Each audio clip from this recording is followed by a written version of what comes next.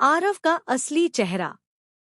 कहानी की शुरुआत होती है आरव से, वही आरव जो सबके सामने मासूम और सच्चा दिखता था। लोगों को लगता था कि वह अपने पिता गुलाब सिंह से बिल्कुल अलग है, क्योंकि गुलाब सिंह को सब एक चालाक और निर्दयी इंसान के रूप में जानते हैं। पर सच्चाई यह है कि आरव बिल्कुल अपने पिता की परछाई है। वही चालबाजी, वही झूठ और वही दोहरा चेहरा। आरव के लिए प्यार सिर्फ एक खेल है और लोगों की भावनाएं सिर्फ उसकी योजनाओं का हिस्सा। काव्या, जो दिल से आरव को चाहती है, नहीं जानती कि वह जिस पर भरोसा कर रही है वही उसका सबसे बड़ा दुश्मन बनने वाला है। जंगल का रास्ता, एक काला सच। एक रात आरव दादी के साथ काव्या को लेकर निकलता है। बहाने से वह कहता है, चलो, दादी ने मंदिर में मन्नत मानी है, वहां चलना होगा।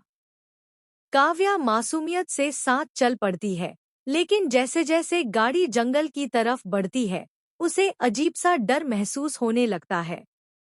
हवा भारी है, पेड़ झूम नहीं रहे, बल्कि जैसे चेतावनी दे रहे हों। काव्या धीरे से मोबाइल निकालती है और ईशा को एक मैसेज भेजती है, आरव और दादी मुझे जंगल की ओर ले जा रहे हैं, कुछ सही नहीं लग रहा। ईशा का शक और उसका संकल्प। ईशा पहले से ही दादी और आरव पर शक कर रही थी। गुलाब सिंह के घर की औरत होने के नाते उसने बचपन से ही देखा था कि इस परिवार में कोई भी चीज वैसी नहीं होती जैसी दिखती है। जब उसे काव्या का मैसेज मिलता है तो उसका दिल धड़क उठता है। वह बिना किसी को बताए अपनी कार लेकर उसी जंगल की ओर निकल पड़ती है, उस अंधेरे में जहां उसे पता है कि कुछ भयानक होने वाला है। बलि का खेल। जंगल के बीच एक पुराना खंडहरनुमा मंदिर होता है।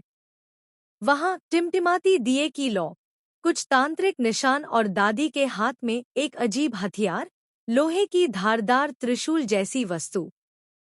काव्या अब सब समझ चुकी है। वह कांपते हुए आरव से पूछती है, आरव, तुम मुझे यहाँ क्यों लाए हो? आरव हंसता है, उसकी आंखों में पागलपन झलकता है। वह कहता है, काव्या, मेरी कुंडली में